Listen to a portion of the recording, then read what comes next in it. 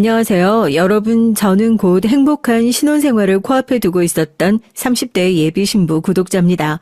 얼마 전 제 결혼식이 엎어진 것으로도 모자라서 저도 몰랐던 저희 가족의 어마어마한 비밀을 알게 되어 정말 뒷목 잡고 넘어갈 일이다 해서 이렇게 사연을 보냅니다. 30년간 모르고 살았던 출생의 비밀까지 알게 되니까 요즘은 제가 꼭 어디 막장 드라마의 여자 주인공이라도 된 것 같은 기분이에요. 싱숭생숭한 이 마음을 누가 알아주나 싶네요. 우와, 이 인형 엄청 예쁘다. 나도 이거 구경해봐도 돼? 아이씨, 더러운 손으로 만지지 마. 이거 우리 아빠가 출장 갔다 와서 사다 주신 거거든?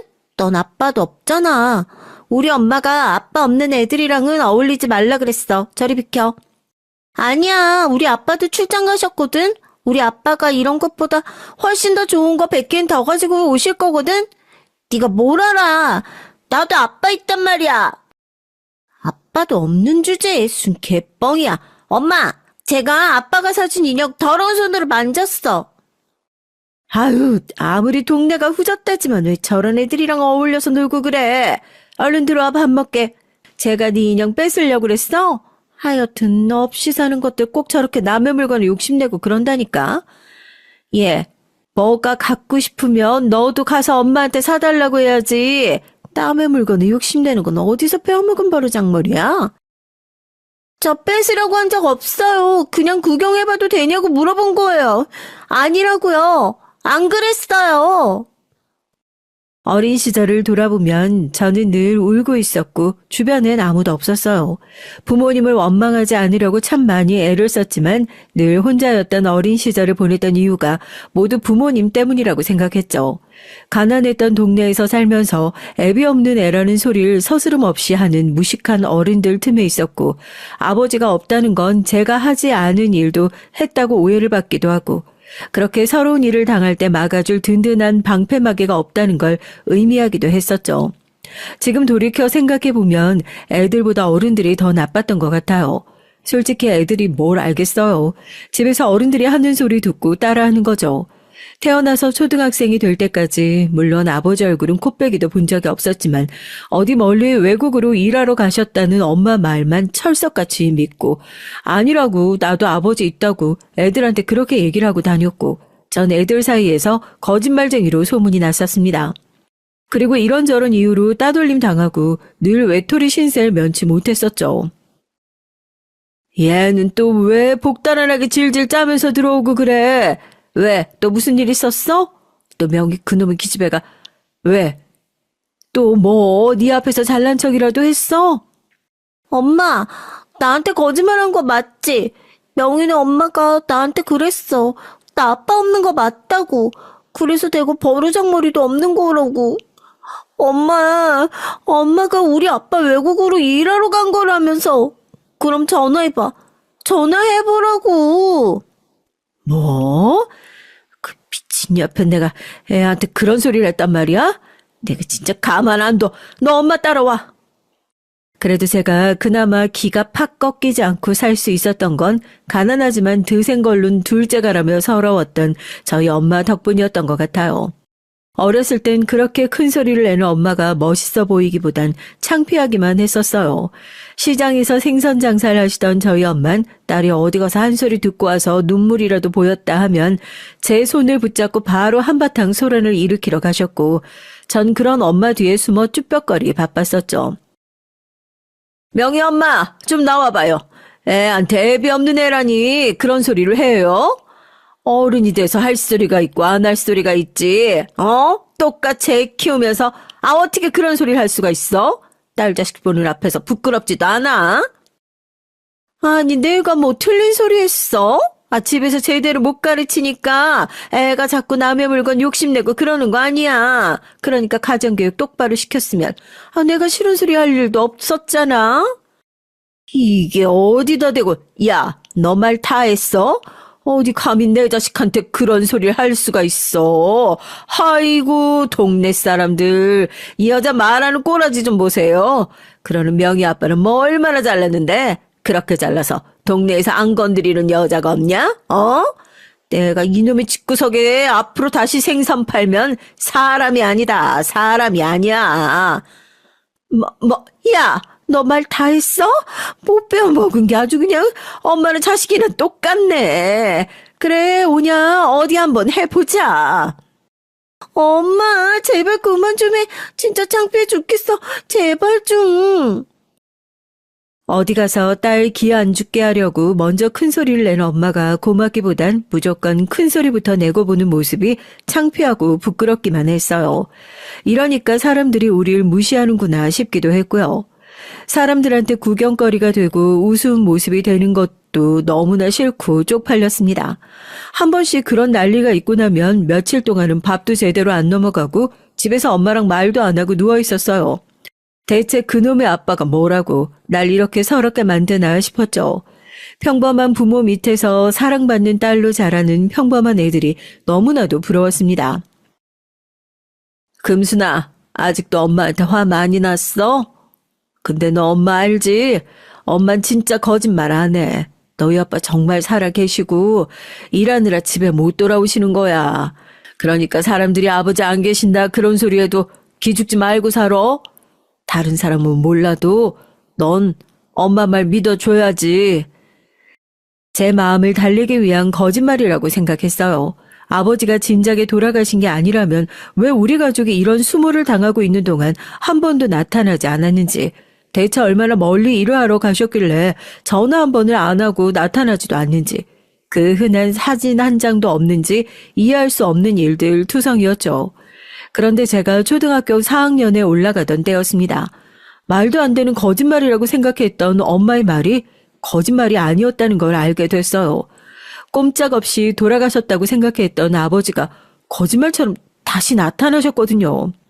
한두 살 나이를 먹으면 먹을수록 목소리만 큰 엄마와의 사이는 더욱 서먹해지게 됐고, 평소 같으면 엄마가 일이 끝나실 때까지 기다렸다가 같이 집으로 갔을 텐데 엄마한테서 나는 비린내도 싫고 친구들한테 더 놀림받을 것 같아서 제가 먼저 쌩하니 집으로 돌아갔어요. 저희 집 앞엔 처음 보는 남자가 다리를 절뚝거리면서 서성거리고 있더라고요. 그때쯤 해서 빈집털이 하는 도둑이 많다는 얘기를 들어서 저도 모르게 경계를 하면서 다가갔죠. 여차하면 책가방으로 후려치려고 경찰서로 달려갈 생각을 하고 있는데 허름한 차림새의 남자가 절 딱 쳐다보더니 눈물이 그렁그렁해져선 절 빤히 쳐다보는 게 아니겠어요? 저도 모르게 누구세요? 저 아세요? 하고 되물었죠. 생판 모르는 사람일 거라 생각했는데 그 남자는 저를 알고 있었는지 네가 금순이냐 하고 울먹이며 다시 되묻더라고요. 누군데 내 이름을 알고 있지 싶었는데 저 멀리서 엄마가 생선 대야를 집어던지고 달려오더니 저희 집 앞에 서 있던 낯선 남자를 끌어안고 펑펑 눈물을 쏟는 게 아니겠어요? 아이고, 금순이 아버지. 아이고, 세상에 이게 무슨 일이야. 아, 어디 다친 데 없어요? 사지 멀쩡하게 돌아왔네. 아이고, 하느님 아버지 감사합니다. 난 당신 꼼짝없이 죽었다고 생각했는데. 천지신명님, 부처님 감사합니다. 아이고, 감사합니다. 아, 금순아, 뭐하고 있어? 얼른 인사 안 하고 아버지 집에 오셨는데. 당신 집 나가 있는 동안에 금순이가 이렇게 컸어요. 내 우나님은 벌써 중학생인데, 아이고. 두 분이선 감동적인 재회를 하셨지만 전 태어나서 처음 보는 아버지의 모습이 그저 낯설기만 했죠. 저도 항상 머릿속으로 꿈꿔왔던 아버지의 모습이 있었을 거 아니에요. 나한테도 아버지가 있었더라면 이런 모습이었으면 좋겠다 하는 그런 모습이요. 하지만 제 앞에 10년여 만에 나타난 아버지의 모습은 상상 속의 모습과는 거리가 영 먼 느낌이었어요. 미국으로 출장을 다녀와서 멋진 기념품을 하나를 안고 있는 그런 화려한 모습이 아닌 어디서 뭘 하다 온지 당최 가늠도 안 되는 허름한 행색에 다리까지 절뚝이고 얼굴엔 출처를 알 수 없는 상처까지 많이 남아있는 모습이 어딘가 무섭기까지 할 정도였어요. 늘 나한테도 아버지가 있었으면 좋겠다 생각했었지만 그 아버지가 이런 모습이었으면 좋겠다는 아니었거든요. 금순이 갓난아기 때 보고 정말 10년 만에 보는 거라 아버지가 많이 낯설지? 이제 하던 일 마치고 돌아온 거라 계속 옆에 있을 거니까 너도 얼른 익숙해지고 필요한 거 있으면 언제든지 아버지한테 편하게 얘기해. 금순이 애가 아버지 얼마나 노래를 불렀는지 몰라요. 금순아, 너도 아버지 생기니까 좋지? 아유, 그나저나 당신 그동안 어디서 어떻게... 금순아, 엄마랑 아버지랑 잠깐 할 얘기가 있어서 그러는데 너 나가서 잠깐 여기 앞에 동네 한 바퀴라도 돌고 와. 두 분이선 감동적인 재회를 하셨고 제가 나가 있는 동안 비밀스럽게 무언가를 얘기하시는 것 같았어요. 그렇게 저희는 10여 년 만에 돌아온 아버지라는 새로운 가족과 함께 살게 됐습니다. 엄마야 오랜만에 만나는 남편이 그저 반갑기만 했겠죠. 하지만 전 아니었습니다. 10년 만에 백마탄 왕자님처럼 해외에서 돈을 많이 벌어가지고 돌아오신 아버지가 제가 좋아하는 것들 잔뜩 손에 들고 돌아오실 거라 기대했었으니까요. 아버지가 돌아왔지만 여전히 우리 집은 찢어지게 가난했고 아버지는 절뚝이는 다리를 끌고 엄마를 따라 시장에 나가 일을 도우셨어요. 어린 마음에 그런 아버지를 마냥 창피하다고만 생각했고 가뜩이나 어색한 사이라 피해 다니기 바빴죠. 금순이 친구들이냐? 금순아, 어디가? 아빠가 용돈 줄게. 친구들이랑 가서 맛있는 거라도 사 먹어. 얘들아, 이거 가져가서 먹어. 여기 시장에서 막 볶은 땅콩이야. 집에 가는 길에 한 주먹씩 까먹어라. 됐어요. 요즘 누가 이런 걸 먹는다고요. 그리고 언제부터 나한테 뭘 그렇게 잘 챙겨줬었다고 이제 와서 아버지 노릇하라고 그러세요? 앞으로 길에서 다닐 때 아는 척 좀 하지 마세요. 뭐가 잘났다고 창피하게. 10년 만에 만난 딸이 누구보다 반가웠을 저희 아버지한테 전 참 싸가지 없고 모진 딸이었어요. 아직도 서운한 마음을 숨길 수가 없어 다 드러났던 아버지의 상처받은 표정이 기억이 나면 마음이 참 무거워지기만 하니까요.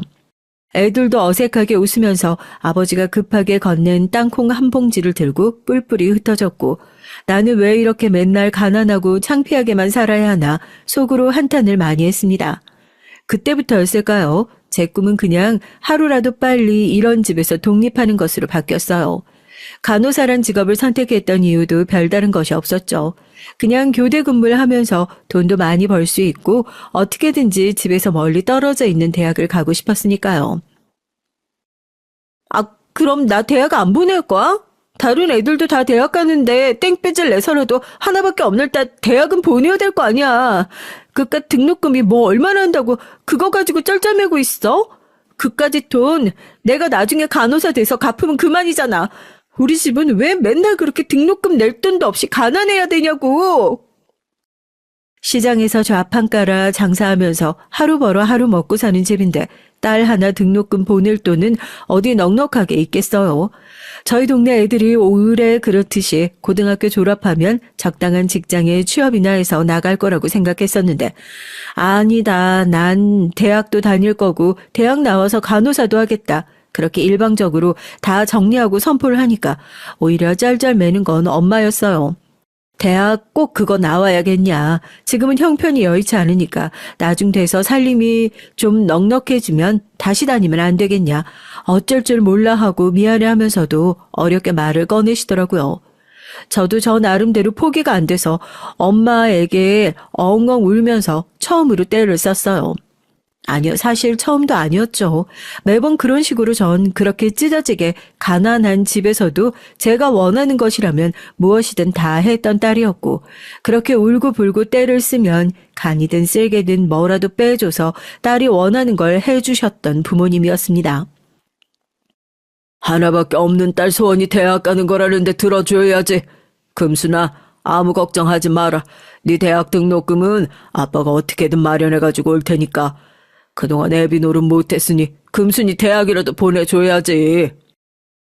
아버진 등록금 걱정은 하지 말라면서 울고 있는 절 놔두고 일어나서 어디론가 나가셨고 정말 거짓말처럼 다음날 제 대학 등록금을 어디선가 마련해가지고 오셨어요. 그 큰 돈을 하루아침에 어디서 만들어가지고 왔는지 믿기지가 않아서 엄만 설마 당신 뭐 나쁜 일이라도 한 거 아니냐, 어디서 고리대금 쓰고 빌려오기라도 한 거 아니냐 추궁을 했지만 아빠는 그저 나한테 빚지고 살던 사람한테 빚 받아온 것뿐이다 하는 알 수 없는 말만 하시고 더 이상 출처를 알 수 없는 등록금에 대한 얘기를 꺼내지 않으셨어요. 어쨌든 아버지가 무사히 등록금을 마련해 주신 덕분에 전 그렇게 노래를 불렀던 대학교에 입학할 수 있었고 간호학과를 무사히 졸업해서 간호사가 될 수 있었습니다. 대학 시절 내내 부모님께선 저밖에 모르는 순회 보셨어요. 하루 종일 얼마나 힘들게 일하시는 걸 알고 있는데도 오로지 제 생각뿐이셨죠. 정작 딸은 집에서 빨리 벗어나고 싶다고 일부러 더 멀리 떨어진 곳으로 원서를 써서 왔는데도 부모님께선 혼자 살고 있는 딸이 혹시라도 밥이 입맛에 맞지 않아 굶기라도 할까봐 반찬을 바리바리 보자기에 싸가지고 올라오시곤 했습니다. 다들 저 같은지 여쭤보고 싶어요. 저만 그렇게 유독 못된 딸이었는지 싶어서요. 전 참 이걸 뭐라고 설명해야 할지 하나밖에 없는 딸이라는 그 자리가 참 좋으면서도 부담스러웠어요. 나만 바라보고 사는 부모님이 고마우면서도 싫었고요. 고개를 조금만 돌려도 세상엔 좋은 것들 천지고 아직 부모님이 즐기지 못한 것들 천진데 왜 저렇게 앞만 보고 달리는 경주마처럼 나만 바라보고 살까? 그게 너무 고마우면서도 답답해서 계속 말들이 반대로 튀어나갔던 것 같습니다. 원래 가족은 더 잘 알아서 더 무서운 법이라고 하잖아요. 어떤 소리를 하면 가슴이 후벼 파지는지 속이 상하는지 제일 잘 아니까 나의 약점을 제일 잘 알고 있는 아군이라고나 할까요? 비수를 참 많이도 찔렀습니다. 먹지도 않는 반찬을 왜 맨날 이렇게 가지고 와? 누가 가지고 와달라고 했어? 일하고 힘드니까 그냥 제발 좀 쉬라고. 내가 여기서 잘 먹어도 훨씬 더 잘 먹어. 나 라면 좋아해. 여기서 이런 반찬 먹으면 뚜껑 열자마자 사람들이 냄새 난다고 쳐다보고 눈치 주고 한다고. 오면서 주변도 안 둘러봐? 누가 이런 거 싸가지고 와. 금순아, 엄만 그냥 네가 하도 입 짧고 네가 어렸을 때부터 밥 제대로 안 먹어가지고 워낙 잔병치레도 많이 하고 그랬으니까 이거 순 밀가루 음식 이런 것만 먹으면 꼭 탈이 나는 거야. 냉장고 봐봐. 저번에 가져온 거 이거 손도 하나도 안 대고 그냥 놔두니까 다 상하지. 이거 새 걸로 다 넣어놓을 테니까 조금이라도 챙겨 먹어. 정작 두 분은 시장에서 일하시면서 끼니도 제대로 챙기지 못하는 날이 다반사인데 그놈의 딸이 한 끼 굶는 게 그게 뭐 큰 대수라고. 한 끼 굶으면 어디 큰일이라도 나고 쓰러지기라도 할 것처럼 챙기는 모습이 죄송스러워서 그랬던 건데 저는 또 괜히 투덜거리고 미운 소리를 하고 그러면서도 마음 한구석으론 내가 얼른 잘 돼서 두 분에게 효도해야지 하는 생각뿐이었어요. 제가 좋은 직장에 들어가서 좋은 사람 만나 하루빨리 가정 꾸리고 행복하게 사는 것이 유일한 꿈이라고 하셨던 저희 부모님에게 항상 모자라고 모진 딸이었던 제가 효도할 수 있는 기회는 생각보다 빠르게 찾아오게 됐어요.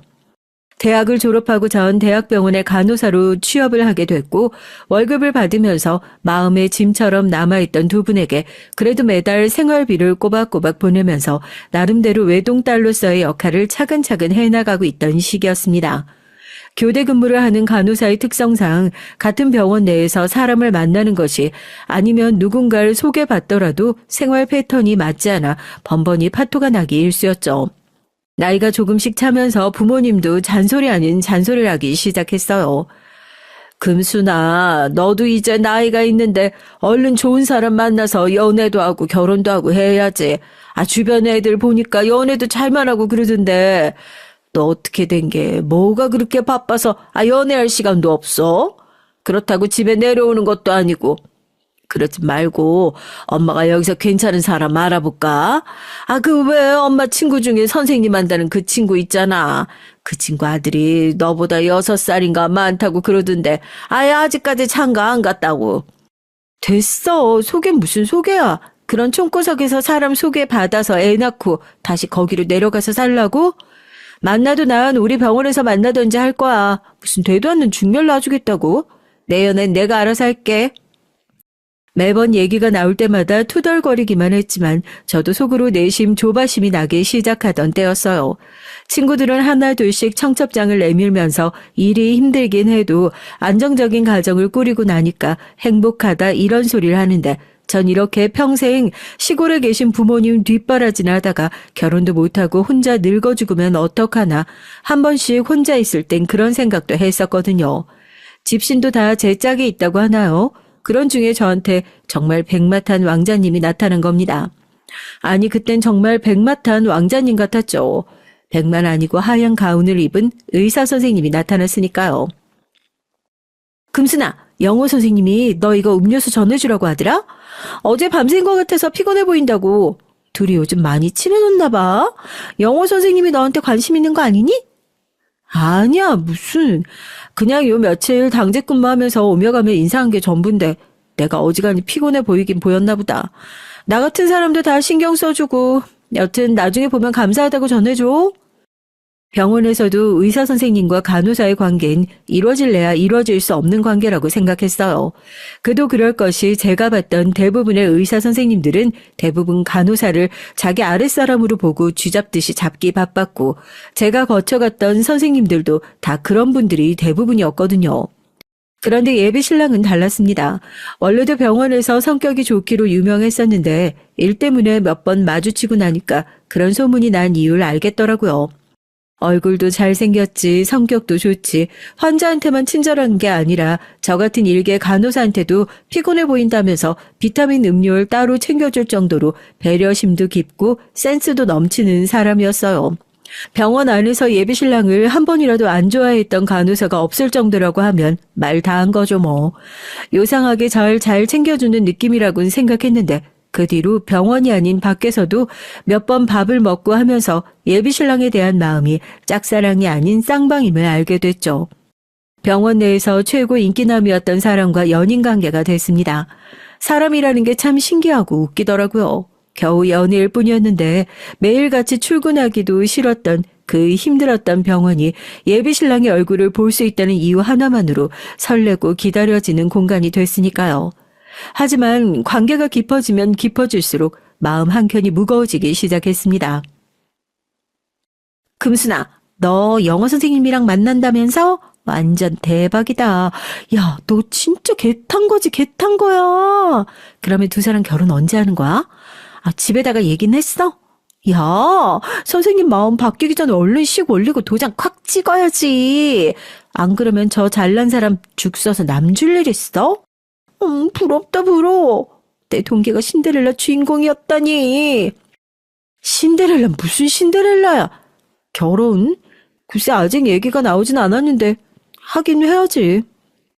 남들은 결혼 얘기만 들어도 입이 귀에 걸린다고 하는데 전 결혼 얘기만 나오면 어쩐지 자리에서 도망치고 싶고 괜히 걱정이 되고 그러더라고요.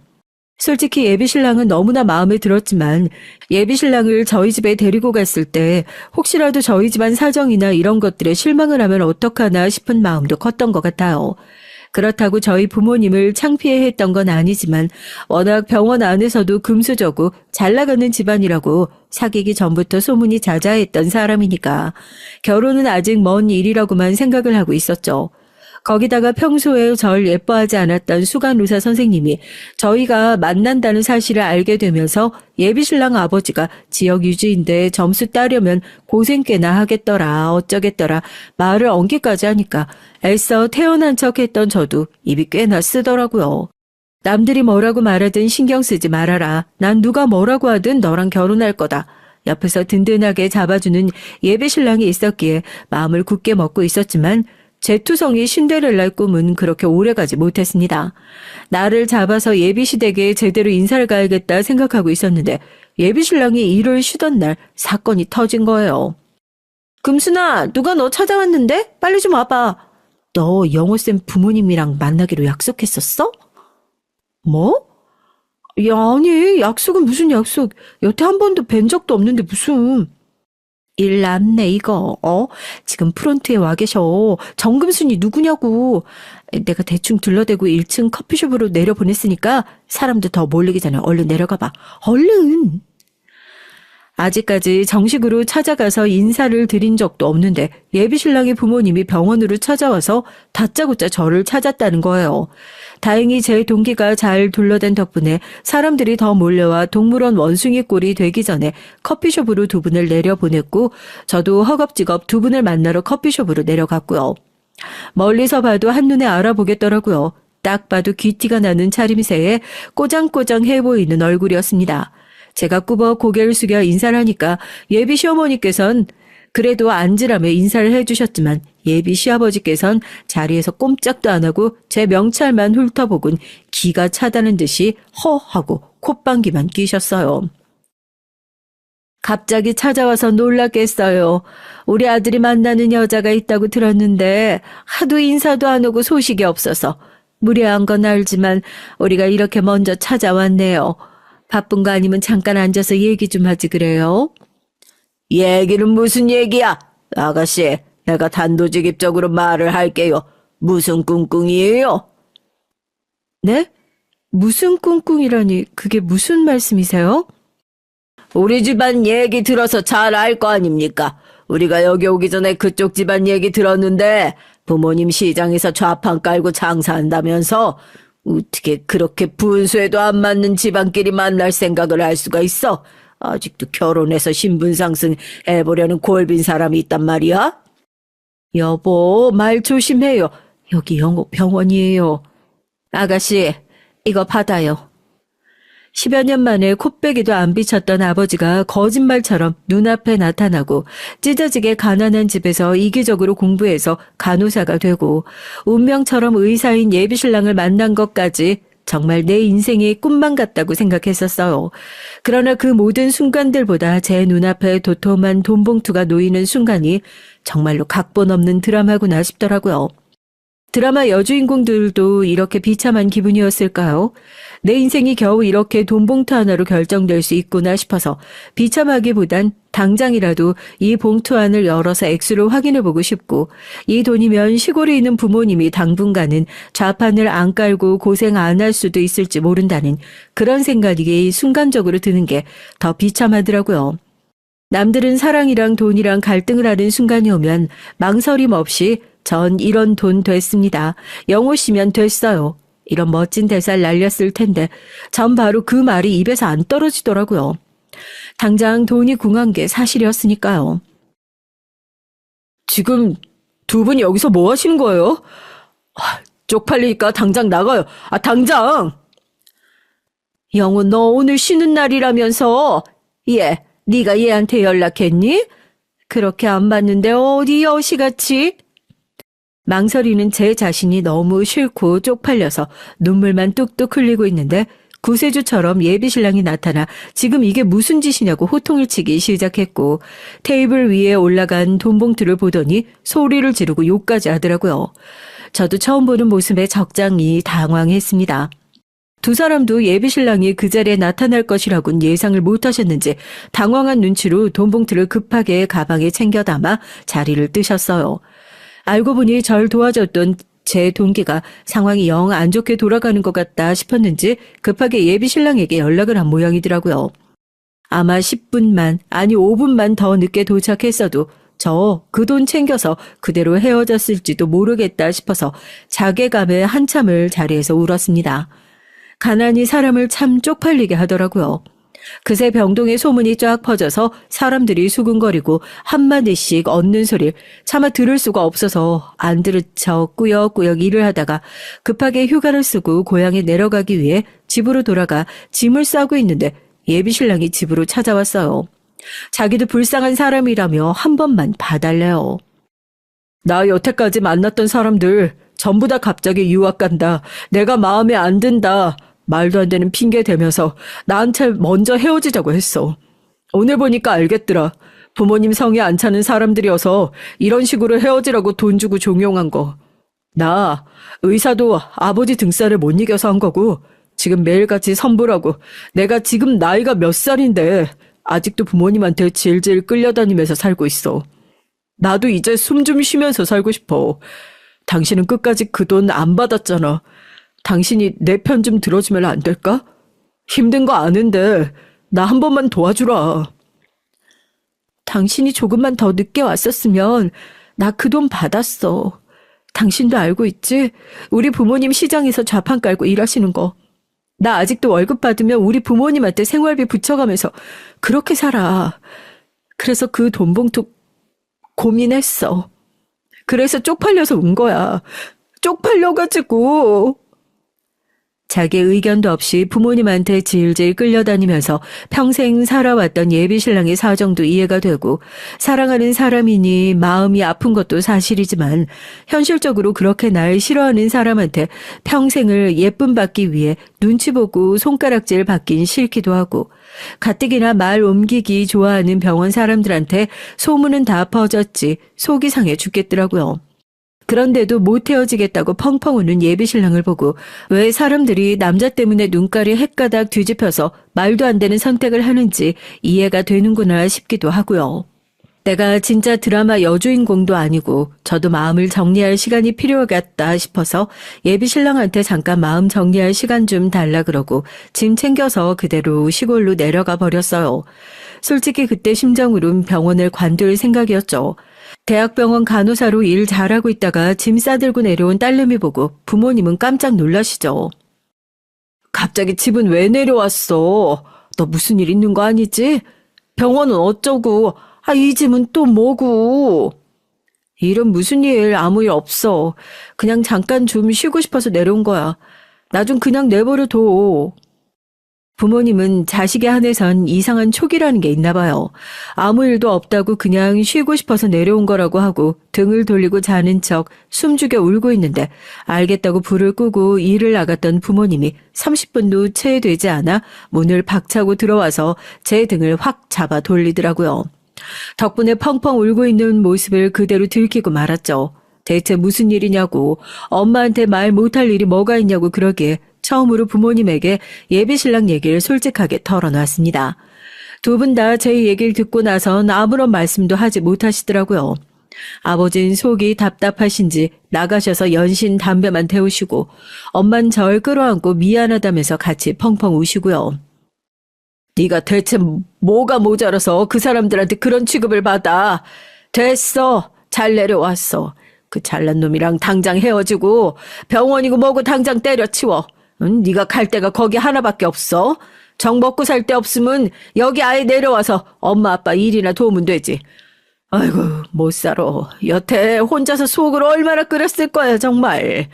뭐 잘난 놈의 집구석이라고 남의 집 귀한 딸을 그렇게 무시해? 의사가 뭐 별거야? 별 재수없는 놈들이. 나까지 시장 일 하라고? 그게 무슨 말 같지도 않은 소리야. 됐어. 그냥 며칠 좀 쉬러 온 거야. 여기서 며칠 쉬다가 올라가서 다른 병원 알아보던지 할 거니까 신경 쓰지 마. 그래도 부모님에게 한바탕 어리광을 부리고 나니까 속이 시원하더라고요.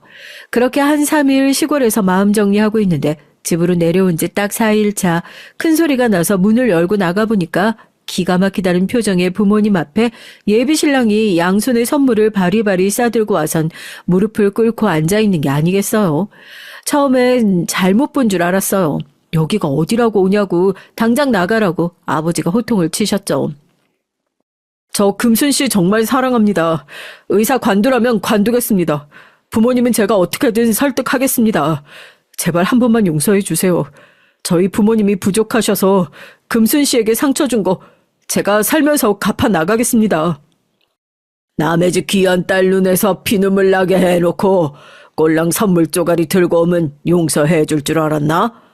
하여튼 냅다 돈봉투부터 내미는 자네 부모님이나 이렇게 선물부터 들고 오는 자네라 똑같은 집구석이구만.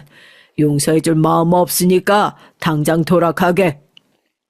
살면서 누구한테 모진 소리 한 번을 안 들어봤을 사람일 텐데 저희 부모님한테 별소리 다 들어가면서도 꼼짝을 안 하는 예비신랑을 보니까 마음이 얼마나 속상하던지요. 제가 먼저 예비신랑을 일으켜 세웠어요. 여기가 어디라고 찾아오냐고. 당신 부모님 알면 어쩌려고 여기까지 왔냐고 하니까 정말 다 포기할 생각으로 왔답니다. 무슨 말을 해도 설득이 안 되길래 당신 하고 싶은 대로 알아서 하라고 냅뒀더니만 그 다음 날부터 예비신랑은 그 깡촌의 숙소까지 잡아놓고 저희 부모님 마음을 얻기 위해 별의별 노력을 다 하기 시작했어요. 아버님 여기 트럭에 있는 배추 이쪽으로 다 내리면 될까요? 아이고 정씨 사위 될 사람이요?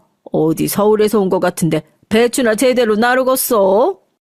사위는 무슨 사위? 누가 네 아버님이야? 부모님이 새벽같이 시장으로 일을 하러 나가시면 예비신랑은 어디서 기다렸다는 듯이 나타나서 넉살 좋게 부모님의 일을 돕기 시작했어요. 정말 병원 일을 다 접고 왔다는 말이 사실인 것 같더라고요. 처음엔 아버님 소리에 학을 떼고 사람을 짐작 취급조차 하지 않았던 저희 아버지도 말도 걸지 말라는 말에 입 꾹 다물고 묵묵히 일만 하는 예비신랑을 보면서 조금씩 마음이 열리셨던 것 같습니다. 그건 저희 엄마도 마찬가지였고 집안이 차이 나서 오르지 못할 나무는 쳐다보지도 말자 마음을 아예 다 접고 내려왔던 저도 마찬가지였어요. 너 그러지 말고 만나서 얘기라도 좀 해보지 그래. 아유 제가 어디 우리한테 점수 따고 싶어서 의사하던 놈이 병원 일 때려치우고 여기 내려왔겠어. 네 맘 돌려보자고 여기까지 온 것 같은데 어제도 혹시 너 나와볼까 싶어서 그냥 자판 다 접었는데 한참을 기다리고 있더라고. 됐어. 안 될 사이는 안 될 사이인데 뭐 며칠 저러다 말겠지. 괜히 마음 줬다 나만 속상할까 봐. 어디서 묵는지는 알아? 몸이 안 좋아 보이던데 그러지 말고 내일 한번 가보지 그래.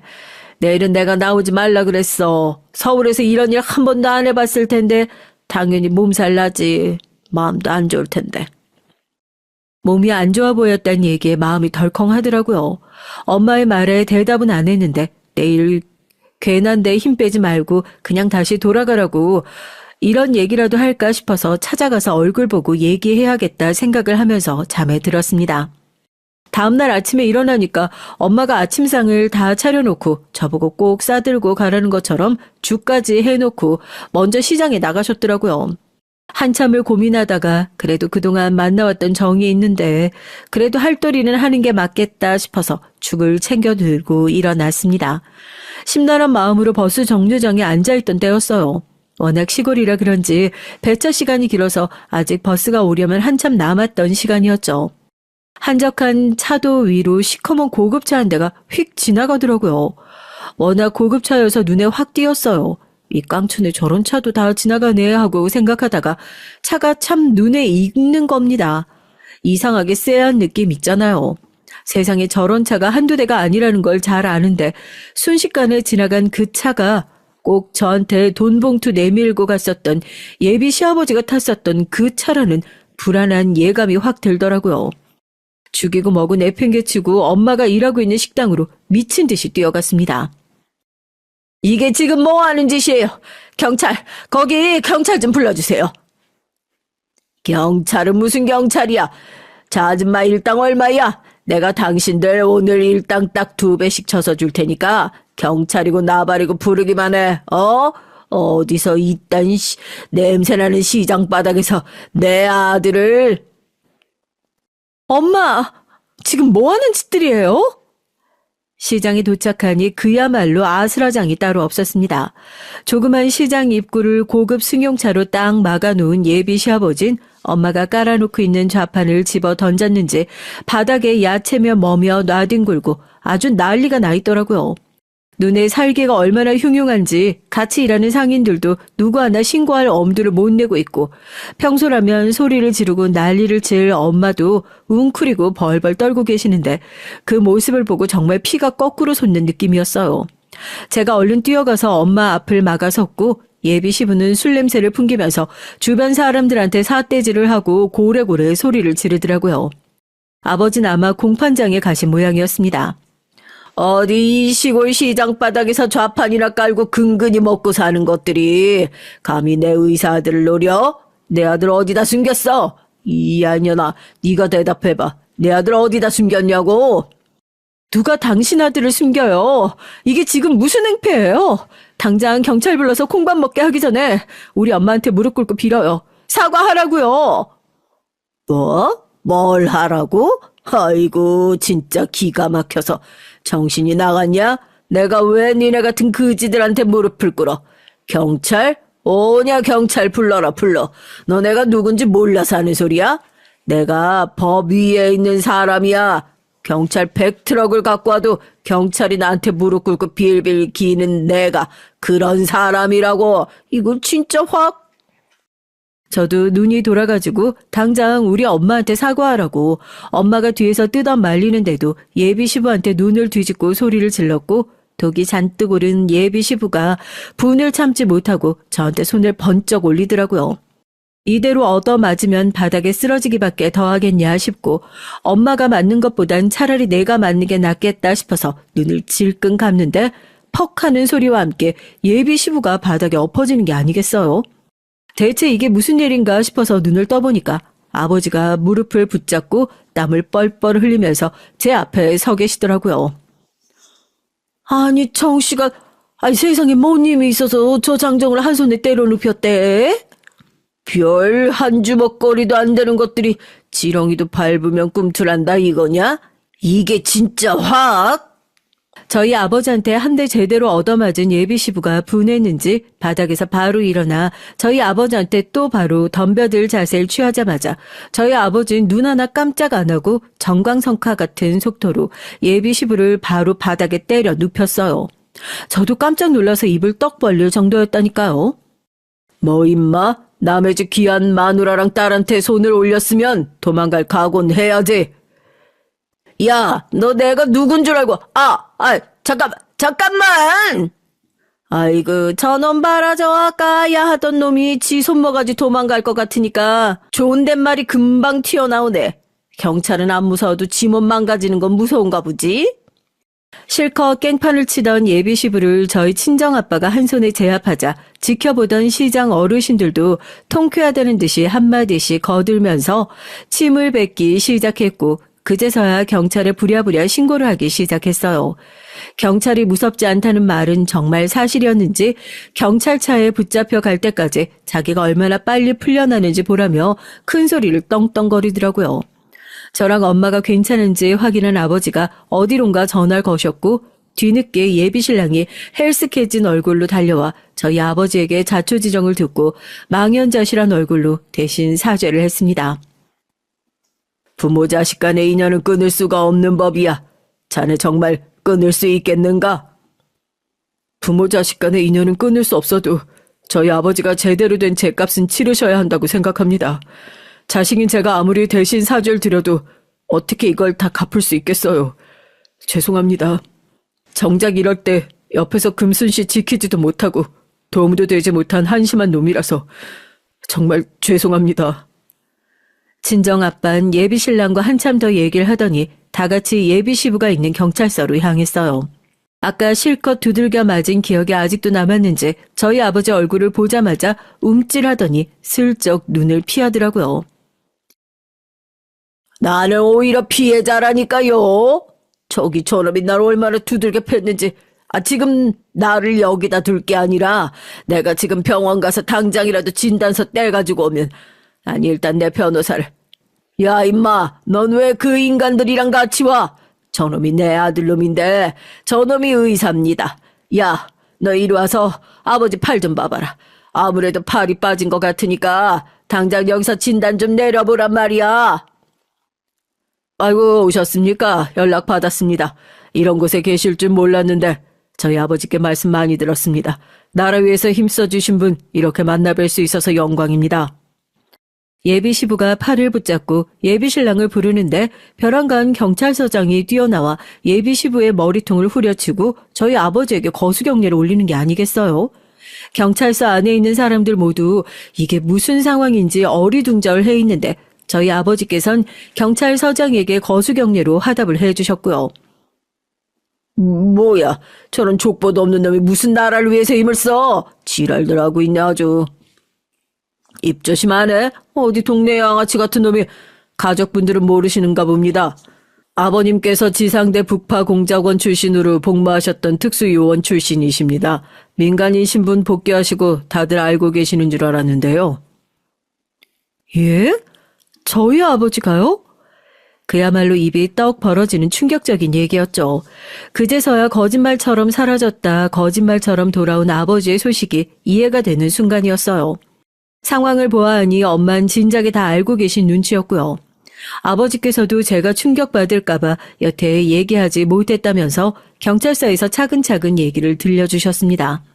제가 태어나기도 전부터 특수요원 출신이었고 북파공작원 부대에서 조장의 조교 역할까지 하셨었다면서요. 예비시부가 조금만 더 심기를 거슬렀으면 정말이지 요단강 건널 수도 있었겠다 싶더라고요. 다른 건 몰라도 나라 위에 큰 공 세우신 분 부탁을 제가 마다할 수 있겠습니까? 적법한 처벌 받을 수 있도록 최선을 다해 처리하겠습니다.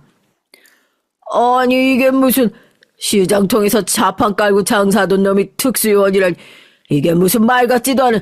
야, 내 변호사 불러. 변호사 부르라고. 족보도 근본도 없는 놈이라 열심히 저희 친정아빠 씹어대던 예비십은 달라진 경찰서의 분위기에 빠른 눈치로 자기 변호사를 찾기 바빴고 그렇게 딸까지 깜빡 속인 저희 아버지의 정체 덕분에 예비십은 정말 제대로 된 참교육을 당할 수 있게 됐답니다. 물론 아직까지 해결되지 않은 숙제들이 많이 남아있지만 말이에요. 30년간 가족들이 혹시라도 위험에 처할까 싶어 딸에게만큼은 평범한 인생을 물려주고 싶어 비밀을 꽁꽁 숨겨왔다던 부모님에 대한 배신감, 그리고 예비 신랑과의 관계엔 저에게 아직은 풀어야 할 숙제로 남아있지만 예비 시부가 제대로 제값을 치르고 나면 나머지 숙제들도 차례대로 차근차근 풀어낼 수 있지 않을까 기대해봅니다. 여러분이 부모님이시라면 이 결혼 허락해 주시겠어요? 안녕하세요. 결혼식을 한 달 앞둔 예비 신부입니다. 어렸을 적부터 좋은 사람을 만나 행복한 가정을 꾸리는 것이 인생의 큰 목표 중 하나였는데 그 꿈이 곧 현실이 된다고 생각하니 요즘은 참 가슴이 설레요. 신랑과 전 서로 깊이 사랑하고 처음 만났을 때부터 지금까지 단 한 번도 언성을 높여 싸워본 적이 없을 정도로 사이가 좋았지만 저희의 결혼 준비가 마냥 순탄하지만은 않았습니다. 지금 다시 떠올려도 드라마가 아닌가 싶을 정도로 황당한 일들과 우연의 연속이었거든요. 전 부모님의 사랑과 관심 아래 행복한 유년 시절을 보내진 못했어요. 부모님께선 제가 10살 무렵 이혼하셨고 이혼하기 전에도 사이가 그닥 좋지 않으셨습니다. 어머니 아버지 두 분 다 말수가 적고 무뚝뚝하신 분들이셨어요. 두 분은 선자리에서 만나 결혼하셨고 슬하에 저 하나만을 두셨습니다. 아버지께서는 항상 바깥일 때문에 바쁘셨고 어머니께서도 원래 바깥일을 하시던 분이었지만 결혼하시면서 일 그만두시고 집에서 살림을 시작하셨어요. 아버지께서 외벌이로 가족들 먹여 살릴 만큼 돈을 잘 버는 편이시기도 했고 처음부터 집에서 본인을 내조할 수 있는 부인을 원하셨거든요. 선자리에서 내세우신 조건도 번듯한 집안 출신의 아이 잘 키우고 내조 잘할 수 있는 조신한 여자였다고 했어요. 저희 외조부모님은 두 분 다 교사시고 어머니도 서울의 좋은 대학을 나오셨기에 그리 경제적으로 넉넉한 집안은 아니었어도 아버지가 원하시던 조건을 어느 정도 부합했고 무엇보다도 어머니의 조용하고 차분한 성품이 마음에 드셨다고 했습니다. 어린 시절 저희 집안 풍경을 생각하면 언제나 정적만이 흘렀던 것 같아요.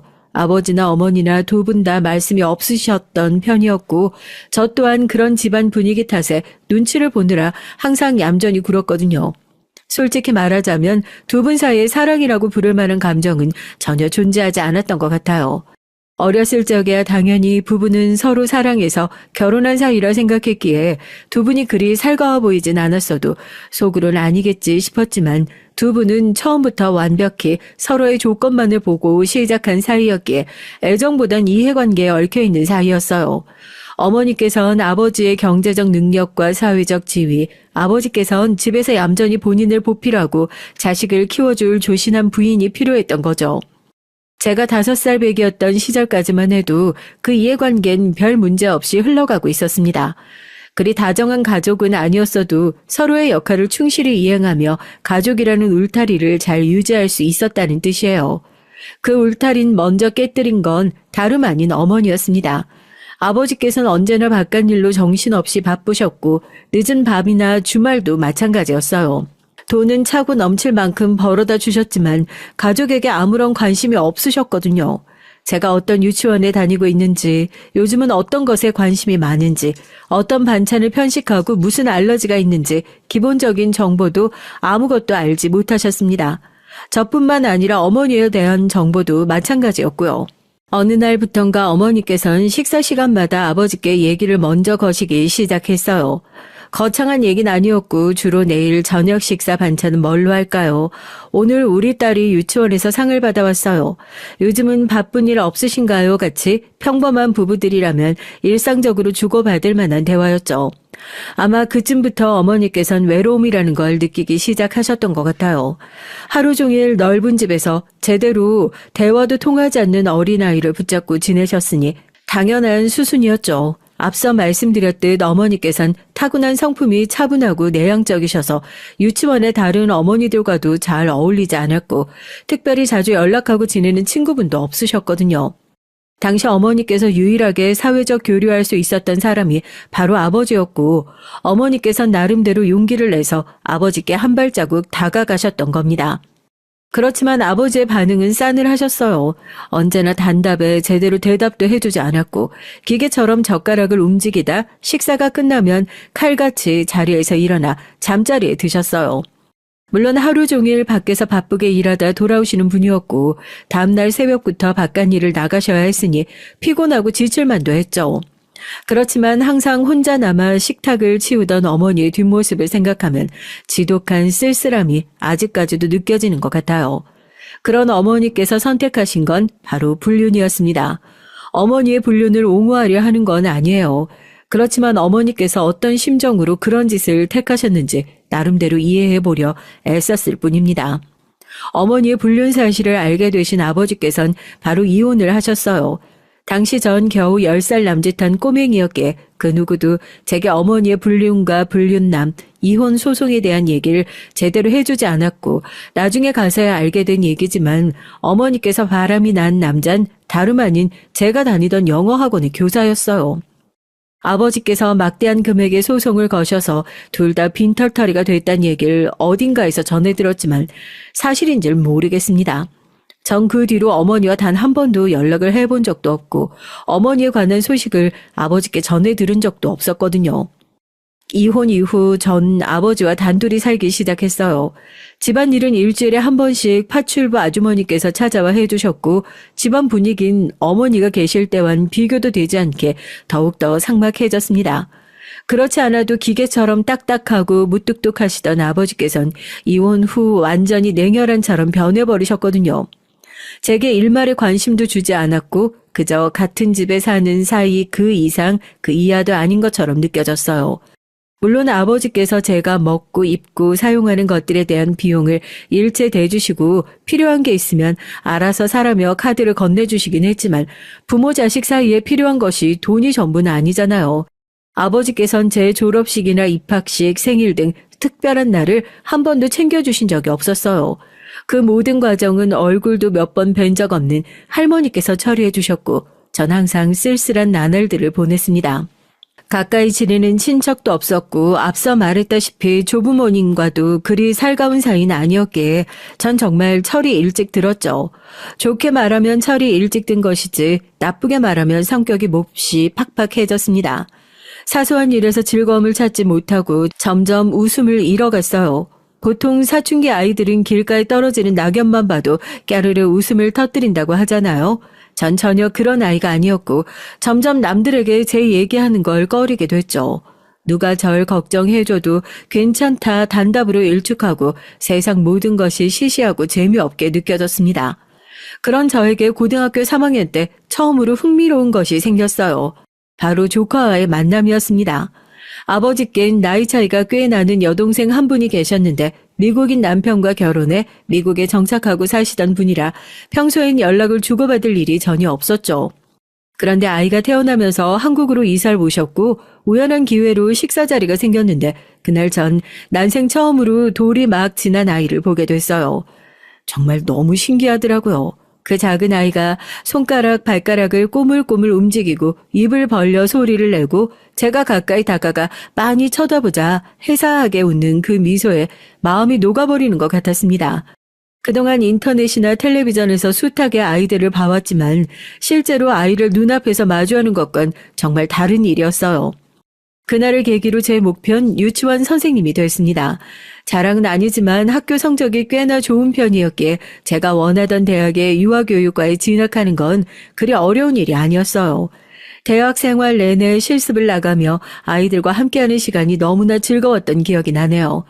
만약 제게 아이들이라는 존재가 없었다면 지금까지도 어렸을 적 어머니처럼 언제나 무표정으로 지내는 사람이 됐을지도 모르겠어요.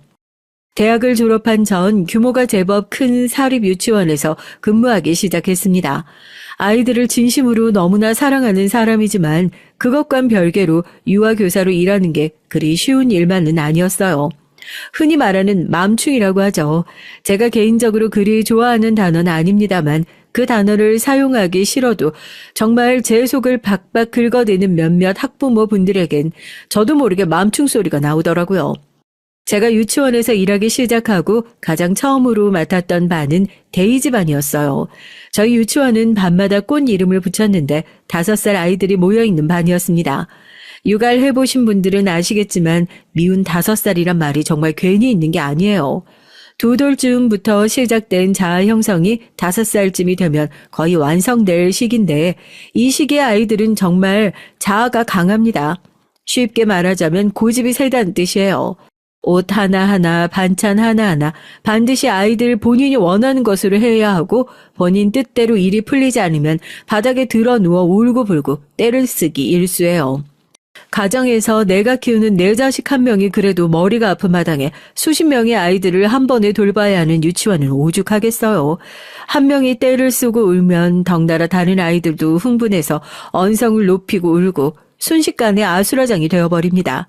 물론 그런 일이 벌어지기 전에 아이를 잘 달래서 울지 않도록 만드는 것이 교사의 능력이죠. 3, 4살 배기 아이들은 대부분 발달 정도가 비슷하지만 5살이 넘어가기 시작하면 아이마다 능력 발달이 정말 천차만별이에요. 특히 언어 능력에서 그 차이가 두드러지죠. 5살 정도면 정신적으로 큰 문제가 없는 이상 간단한 의사소통은 대부분 가능합니다. 그렇지만 질적인 면에서 차이가 있어요. 언어 발달이 빠른 아이들은 대화를 하며 놀랄 정도로 기억력도 좋고 문맥 파악을 잘해요. 예를 들자면 오늘 아침밥 뭐 먹고 왔어 하는 간단한 질문을 한다고 치면 언어 발달이 빠른 아이들은 이 문장에서 오늘과 아침밥이라는 2가지 키워드를 아주 잘 캐치하고 2개의 연관성을 찾아내 문장 전체를 이해하죠. 그러니까 말 그대로 오늘 유치원에 오기 전에 먹은 아침밥과 반찬을 물어보는 질문이구나 하고 바로 알아듣는다는 뜻입니다. 이런 아이들은 고지고대로 오늘 아침에 먹었던 반찬 얘기를 해요. 오늘 아침에 엄마가 김밥 싸줬어요. 된장국 먹고 왔어요. 빵 먹었어요. 등등. 그냥 된장국, 빵 이런 식으로 단어만 내뱉지 않고 문장도 제대로 표현할 줄 알고요. 그렇지만 언어 발달이 느린 아이들은 이 질문에서 오늘 그리고 아침밥이라는 단어는 이해를 하지만 이 2개의 단어가 어떻게 연결되는지를 이해하지 못하죠. 오늘이란 단어와 아침밥이란 단어의 뜻을 알고 있지만 총체적으로 이 질문이 요구하는 답이 무엇인지 파악하지 못한다는 뜻입니다. 그렇기에 언어 발달이 어린 아이들은 아침밥은 먹는 것, 난 먹는 것 중에 과자를 좋아해. 이런 식으로 의식의 흐름을 따라 아무렇게나 대답을 해요. 때문에 간단한 의사소통을 제외하고 말이 잘 통하지 않습니다. 유치원에서 일하며 수많은 아이들을 살펴보는 전 몇 마디 대화만 나눠봐도 이 아이가 언어 발달이 빠른 편이구나, 느린 편이구나 바로 알 수 있어요. 물론 아이마다 성장 속도가 제각기 다른 법이니 발달이 좀 느리더라도 크게 걱정할 필요는 없습니다. 5살 정도가 되면 다른 아이들은 한글을 읽는데 우리 아이는 아직 기억 니은도 제대로 못해요 하시며 걱정하시는 학부모님들이 많이 계세요. 옆집 아무개는 36개월의 책을 줄줄 읽었네. 글짓기까지 하네 하는 얘기를 들으면 내가 못난 부모라 우리 아이가 발달이 느린가 보다 하고 자책하시는 분들이 태반입니다. 하지만 수년간 아이들을 가르쳐본 유치원 교사로서 개인적인 의견을 말하자면 그런 걱정은 전혀 할 필요가 없어요. 저번 달까지만 해도 기억, 니은조차 읽을 줄 몰랐던 아이가 일주일 만에 단어 쓰고 말하는 경우도 여러 봤습니다. 학교에 입학하기 2달 전까지 한글을 제대로 읽고 쓰지 못해 발달장애가 아닌가 싶었던 아이도 입학 전 그 짧은 기간 동안에 뚝딱 글을 깨치기도 하고요. 정말 아이별로 천차만별 달라지는 게 성장 속도예요. 자폐나 ADHD 같이 큰 문제가 있는 경우가 아니라면 시간이 지나면 자연스레 또래 아이들과 비슷한 수준으로 성장하니까 조금 불안한 마음이 생기더라도 열린 태도로 아이들을 바라봐주는 것이 중요합니다. 물론 말이 쉽지 본인 자식이 나이에 비해 말도 어눌하고 행동도 어리숙하면 걱정이 되는 것이 부모 마음이죠. 그럴수록 부모님은 집에서 아이에게 책 읽기를 강요하거나 강압적인 모습을 보이게 되는데 쟤뿐만 아니라 유치원 교사들에게도 그런 스트레스와 불안 증세로 인한 히스테리를 부리게 돼요. 이런 경우 유치원에서 아이를 제대로 교육하지 못해서 발달이 느린 거 아니냐, 우리 아이를 다른 아이들과 차별 대우해서 아이가 이런 게 아니냐고 교사를 무차별적으로 탓하고 비난하시곤 합니다. 아이들을 가르치는 직업이긴 하나 아동 교사로 어찌 보면 서비스업 중 하나라고 볼 수 있어요. 학부모들의 민원이나 요청을 들어드리고 꾸준히 아이들을 저희에게 믿고 맡기실 수 있게 관리를 해야 하니까요. 그런 점에서 학부모들이 저희에게 아이의 교육과 관련해서 의문점을 제기하고 특별한 요청을 하신다면 대부분 들어드리려고 노력하는 편이에요. 그리고 저희 입장을 충분히 설명해드리고 최대한 조율하기 위해 애를 쓰죠. 이런 저희의 노력을 알아주시고 꾸준히 아이를 믿고 맡겨주시는 학부모님들께는 참 감사한 마음입니다. 하지만 아무리 저희가 열심히 노력하고 진심으로 아이들을 사랑하고 아껴준다고 한들 저희의 모든 행동에 불만이 있는 학부모님들이 꼭 계시기 마련이더라고요. 지금도 가장 기억에 남는 일은 제가 유치원에서 일을 한 지 3년여가 지났을 무렵 벌어졌던 사건이에요. 앞서 제가 5살 아이들이 모여있는 데이즈반을 맡게 됐다고 말씀드렸죠. 미운 5살들과 3년 가까이 부대끼고 살다 보니 이제 웬만한 일엔 눈 깜짝 안 하고 순식간에 처리할 수 있을 정도로 베테랑이 되어가던 차였습니다. 그 해에 우빈이라는 남자아이가 먼 지역에서 이사를 와서 6월경에 저희 유치원에 들어오게 됐어요. 나이는 6살이었지만 6살 반이었던 튤립반에 공석이 없어서 부득이하게 저희 데이지반의 학생이 됐죠. 알고 계시는 분들도 몇몇 계시겠지만 남자아이들의 뇌발달은 보통 여자아이들의 뇌발달보다 1년 정도 느린 편이에요. 때문에 남자아이들에 비해 여자아이들이 언어도 빨리 깨우치고 뭐든 빨리빨리 하는 편이죠. 우빈인 다른 아이들보다 나이가 1살 많긴 했지만 남자아이이기도 했고 상담 결과 원장님께서 우빈이가 발달이 조금 느린 편이라 데이즈반에 들어가도 충분히 잘 섞일 것 같다는 결론을 내셨습니다. 하지만 우빈이 어머님의 생각은 좀 달랐어요. 솔직히 그 여자에게 어머님 하면서 좋은 명칭을 사용해주고 싶지도 않아요. 우빈이가 저희 유치원에 들어온 이후로 제가 그 여자에게 시달렸던 걸 생각하면 정말 끔찍하거든요. 그 여잔 본인 아들이 왜 아들보다 모자란 아이들 사이에서 교육을 받아야 하는지 모르겠다고 고래고래 언성을 높였죠. 원장님과 제가 모자란 아이들이 아니라 나이가 1살 어린 것뿐이다. 지금 6살 반에 공석이 없기도 하고 가끔 이런 경우가 종종 있다. 아이들마다 발달 속도도 느리고 이 나이 무렵의 1살 차이는 사실 그렇게 큰 차이가 있지 않다. 아무리 좋게 설명을 드려도 그 여자 귀엔 그저 본인 아들이 다른 아이들보다 모자라서 열애됐다고 들리는 것 같았어요. 한참 실랑이를 한 끝에 원장 선생님께서 결국 데이즈반이 그렇게 싫으시면 저희 유치원에선 댁 아드님 받아들일 수가 없을 것 같다. 튤립반엔 공석이 없고 그렇다고 댁의 아드님만 예외로 받아주면 앞으로 이런 경우가 생겼을 때 우리 입장이 곤란해진다 못을 박으셨죠. 끝까지 때를 쓰며 본인 말을 들어줄 것이라 생각했었는지 그 여잔 좀 당황스러워 보이는 얼굴이었어요. 그쪽이 데이즈반 교사라고 했죠? 우리 우빈이 좀 특별히 신경 써서 봐주세요. 하도 어쩔 수 없다고 하니까 제가 참는 거예요. 그러니까 갑자기 제게 말을 톡 쏘고는 특별히 봐준다는 듯이 얘기를 하는데 그때부터 예감이 안 좋았어요. 이 여자 만만치 않은 사람이겠구나 하는 생각이 들었거든요. 앞서 말했듯 각종 괴상한 부탁을 하거나 교사에게 인격 모독적인 말을 하시는 학부모들이 참 많아요. 몇 개 예를 들어보자면 우리 아이가 변을 보고 아직 혼자서 뒤처리를 하지 못하니 엉덩이를 잘 닦고 로션까지 발라달라. 우리 아이가 잘 지내고 있는지 걱정되니 선생님 몸에 소형 카메라를 달아서 수업 시간 내내 영상을 녹화해 실시간으로 볼 수 있게 해달라. 아이들 정서상 좋지 않으니 항상 목 끝까지 가리는 옷만 입고 출근해라. 심지어 저희 유치원은 출근 후 갈아입는 교사용 원복이 정해져 있는데도 출퇴근 시에 아이들을 마주칠 수도 있다며 제 옷차림에 간섭하시는 학부모도 있었어요. 근무 시간 외에 개인적인 연락을 하는 것은 물론이고 제 개인 SNS 프로필 사진에 수영장에서 찍은 사진을 올렸더니 어떻게 아이들 가르치는 교사라는 사람이 이런 차림으로 사진을 찍을 수 있냐며 절 훈계하시던 분도 계셨거든요. 거짓말 같지만 정말 전부 사실입니다. 처음엔 그런 분들께 일일이 제 사정을 설명하고 그럴 수 없는 이유와 죄송한 마음을 표현하고 최대한 좋게 마무리하려고 했지만 세상에 상식이라는 게 통하지 않는 사람들이 참 많더라고요. 교육 수준과 경제적 형편과 인성 수준은 완전 별개인 것 같다는 생각을 여러 번 했습니다. 번듯한 집안에 떵떵거리며 잘 사는 집안 아이인데도 부모가 정말 상상 초월로 무개념인 경우도 많고, 가난한 집 아이인데도 가정교육 잘 받고 자라 똑똑하고 배려심이 넘치는 아이들도 많아요.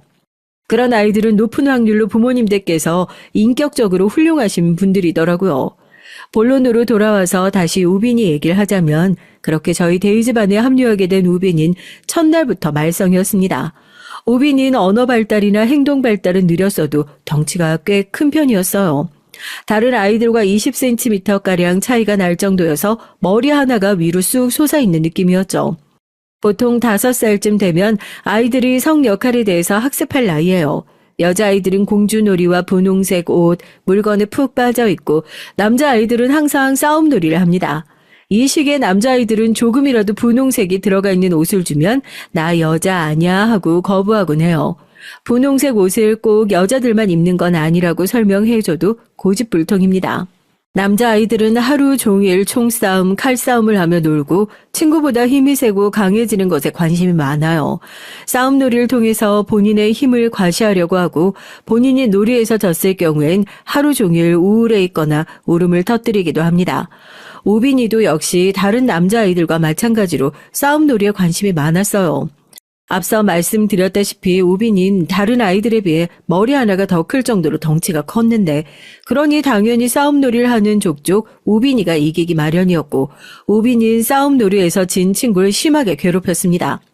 보다 못한 제가 우빈아 친구들끼리 사이좋게 지내야지 하며 말리려 들자 제게 장난감 칼을 휘두르며 위협하더니 결국 주먹으로 3개 때리기까지 하더라고요. 팔뚝에 멍이 들 정도였고 순간 너무 화가 났지만 침착하게 아이를 제압하고 자리에 앉혔어요. 이런 행동은 옳지 못한 행동이다. 우빈이가 아무리 화가 나도 상대방을 때려선 안 된다 설명해줬지만 아이는 도통 제 말을 들을 생각을 하지 않았습니다. 우빈이가 제게만 폭력성을 보인다면 그나마 다행이었지만 5살 배기 아이가 상대를 가려가며 손을 휘두르진 않죠. 당연히 같은 반 친구에게도 틈만 나면 손을 올렸고, 덕분에 저희 데이즈반은 하루가 다르게 문제가 생기기 시작했어요. 전 최선을 다해 우빈이를 돌봐주고 문제가 없도록 만들려 했었지만 저 혼자 15명의 아이들을 돌봐야 하는데 하루 종일 우빈이 옆에 붙어 일거수일투족을 신경 써줄 수는 없었습니다. 보통 아이가 이렇게 폭력성을 보이는 경우엔 학부모님들께 말씀을 드리고 가정에서 특별히 지도해 주시길 부탁드리는데, 우빈이 같은 경우는 어머님께 연락드리기가 좀 꺼려졌어요.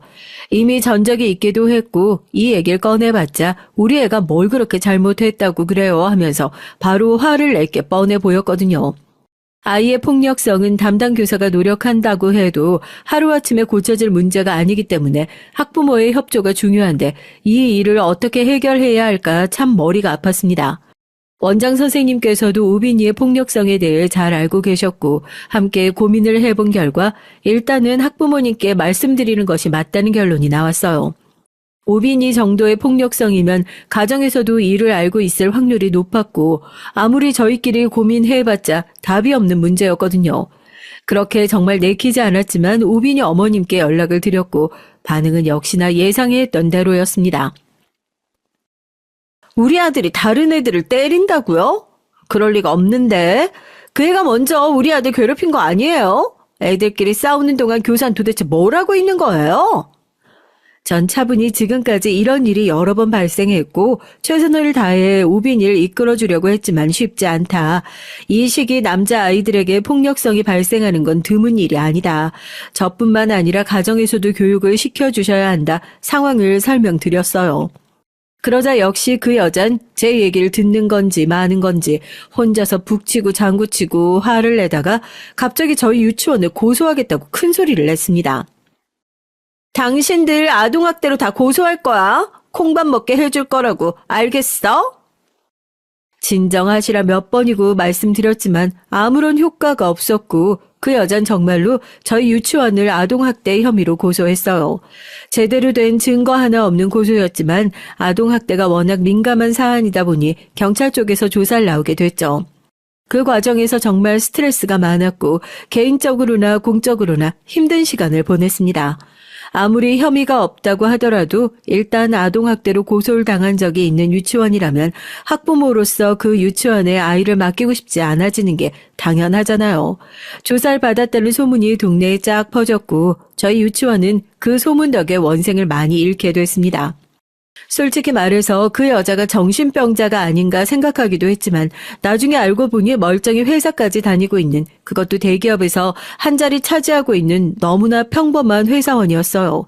어떻게 저런 비상식적인 인간이 멀쩡한 척 다른 사람들과 문제없이 사회생활을 할 수 있는 건지 지금 생각해도 이해가 잘 가지 않아요. 그 여자에게 유일하게 고마운 점이 하나 있다면 그 여자가 저희 유치원을 고소한 덕에 제가 지금의 신랑을 만날 수 있었다는 사실입니다. 저희 예비 신랑은 이 사건을 담당했던 검사예요. 사건은 아동학대에 관련된 정황이 전혀 발견되지 않아 조사가 금세 마무리됐지만 이 과정에서 안면 트고 사이가 가까워진 저와 신랑은 연인 사이로 발전하게 됐습니다. 나중에서야 들었단 말이지만 신랑은 저를 보고 첫눈에 반했었다고 하더라고요. 어렸을 적부터 유치원 선생님처럼 다정하고 친절한 여자가 이상형이었다니요. 아무튼 전 당시에 말도 안 되는 혐의로 조사를 받느라 이리저리 치이고 스트레스가 심해 신랑에게 전혀 관심이 없었는데 모든 사건이 잘 마무리되고 신랑 쪽에서 먼저 개인적으로 연락을 취해 사이가 가까워지게 됐습니다. 연애를 하다 보니 자연스레 신랑의 성장 배경에 대해서도 듣게 됐는데 신랑도 저와 마찬가지로 온전치 못한 가정에서 자란 사람이었어요. 검사라는 번듯한 직장에 사교성 좋고 화려한 언변까지 갖춘 사람이었기에 누가 봐도 화목하고 넉넉한 가정에서 부모님 사랑을 듬뿍 받고 자랐을 것 같았는데 알고 보니까 아주 어렸을 적부터 줄곧 어려운 형편의 홀어머니 밑에서 자랐다고 하더라고요. 정확한 이유는 알지 못하지만 신랑의 부모님께서도 신랑이 어렸을 적 이혼하셨고 아버지 밑에서 자란 저와는 다르게 신랑은 어머니를 따라갔다고 했습니다. 신랑의 어머니께서는 오랫동안 일용직을 전전하시며 신랑을 먹여 키우셨다고 해요. 일일 급식소 도우미, 김치 공장, 설거지, 각종 청소 관련 부업도 많이 하셨고 그러면서 몸이 많이 상하셨대요. 젊은 시절부터 각종 지병과 성인병으로 크게 고생하시고 계신다고 하더라고요. 신랑은 어렸을 적부터 영민하고 똘똘한 아들이었고 어머니께서는 그런 신랑에게 거는 기대가 크셨다고 합니다. 밤잠을 줄여가며 본인 입에 넣는 걸 줄여가며 허리띠를 졸라매 신랑 뒷바라지를 하셨고 정말 어려운 형편에서도 결국 하나뿐인 아들을 번듯한 검사로 만들어내셨어요. 물론 신랑이 검사가 된 건 스스로의 노력이 가장 크긴 했지만 신랑이 공부에만 집중할 수 있도록 뒤에서 지원해 주신 어머니의 노력이 없었다면 불가능한 일이었겠죠. 그만큼 신랑의 어머니께서는 외동아들인 신랑을 눈에 넣어도 아프지 않을 정도로 아끼고 사랑하셨습니다. 본인 인생을 통째로 바쳐 만들어낸 완벽한 결과물이니 어찌 보면 당연한 일이었어요. 시어머니께선 남들이 보면 조금 아니 왜 저리 유난이냐 할 정도로 아들의 일이라면 본인 일이라도 되는 양 매사에 발벗고 나서셨고 신랑에게 특별한 유대감을 가지고 계셨습니다.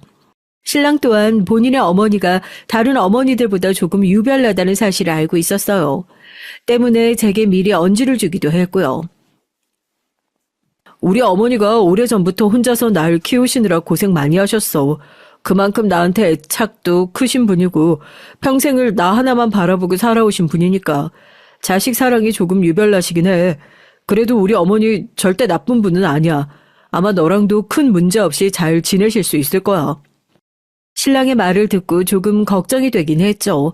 물론 유치원 교사 생활을 오래 하며 각종 어머니들 상대법엔 이골이 날 지경이었지만 상대가 제가 가르치는 아이가 아니라 결혼할 사람의 부모라면 얘기가 좀 달라지잖아요. 게다가 신랑을 끔찍하게 아끼고 사랑하는 유별난 어머니라니 뵌 적은 없었지만 처음 인사를 드리러 가기 전부터 불안한 마음이 들었습니다. 드라마나 텔레비전 같은 곳에서 본 각종 고부 갈등들도 생각나고 만약 신랑의 어머니께서 그런 못된 시어머니시라면 어떻게 대처해야 될까 고민도 많았어요. 신랑의 평소 성격을 미루어 봤을 때 중간다리 역할을 잘하긴 할 것 같았지만 뭐든 겪어보기 전엔 모르는 거니까요. 어찌됐든 마음의 준비를 단단히 하고 있어야겠구나 싶긴 했습니다. 신랑 어머니도 문제였지만 저희 아버지도 문제인 건 마찬가지였어요. 전 대학을 졸업한 이후로 아버지와 연락을 거의 주고받지 않고 있었거든요. 신랑과의 교제 사실도 물론 말씀드리지 않았고요. 갑자기 결혼을 하겠다고 남자를 데려가면 어떤 반응이실지 도무지 상상해 가질 않았습니다. 신랑은 제 어두운 가정사를 다 알고 있었기에 굳이 제게 아버지에 대한 얘기를 먼저 꺼내지 않았어요. 때가 되면 제가 알아서 소개시켜 주겠거니 생각했던 것 같습니다. 오랜만에 아버지께 연락을 드려 약속을 잡았고 아버지께선 예상했던 대로 신랑이 어떤 사람인지 무슨 직업을 가졌는지 어쩌다 만나게 됐는지 등등 궁금한 것이 하나도 없으셨어요.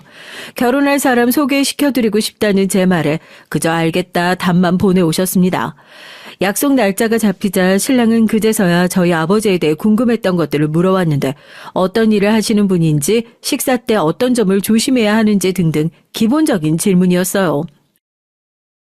우리 아버지도 젊었을 적에 검사였어. 지금은 변호사로 일하고 계시고. 실은 저희 아버지께서도 젊은 시절 열정이 넘치는 검사셨어요. 하루가 멀다 하고 사건을 맡아 조사하고 범죄자들과 싸우시느라 눈코 뜰 새 없이 바쁜 분이셨죠. 덕분에 가정이 소홀해져서 이혼이라는 결과를 맞았고요. 그렇기 때문에 사실 전 신랑과의 결혼이 처음엔 조금 망설여졌습니다. 타고난 성품이 다정한 사람이라 아버지와는 다르게 가정적인 남편이 될 것 같긴 했지만 직업 특성이라는 걸 마냥 무시할 수만은 없잖아요. 연애 시절부터 이리저리 돌아다니며 조사하느라 많이 바빠 보이기도 했고요. 아버지께서 본인과 같은 검사 출신이란 얘기에 신랑은 굉장히 의외라는 반응이었어요. 그러면서 용케도 검사인 본인과 결혼할 생각을 했다며 그렇게 자기가 좋냐고 우스갯소리를 하더라고요. 사실 나도 티는 안 냈지만 걱정 많이 됐었어. 얘기만 들어도 워낙 무뚝뚝하고 근엄하실 분일 것 같아서. 그래도 같은 법조인이시라니까 나랑 통하는 점이 조금이라도 있지 않을까? 장인어른 마음에 들 수 있도록 노력해볼게. 그렇게 약속 날이 됐고 저와 신랑은 한껏 긴장한 채로 약속 장소인 한정식 식당으로 향했어요. 굉장히 오랜만에 아버지를 만나는 자리이기도 했고 만에 하나 아버지께서 신랑을 마음에 들어하지 않으시면 어떡하지 하는 걱정이 되기도 했죠. 떨리는 마음으로 먼저 식당에 도착해 아버지를 기다리고 있는데 미닫이 문이 열리고 아버지께서 안으로 들어서시는 순간 신랑이 너무나 깜짝 놀라며 자리에서 벌떡 일어났습니다. 아니, 자네가 여기는 어떻게? 알고 보니 저희 예비 신랑과 아버지께서는 이미 안면이 있는 사이였어요.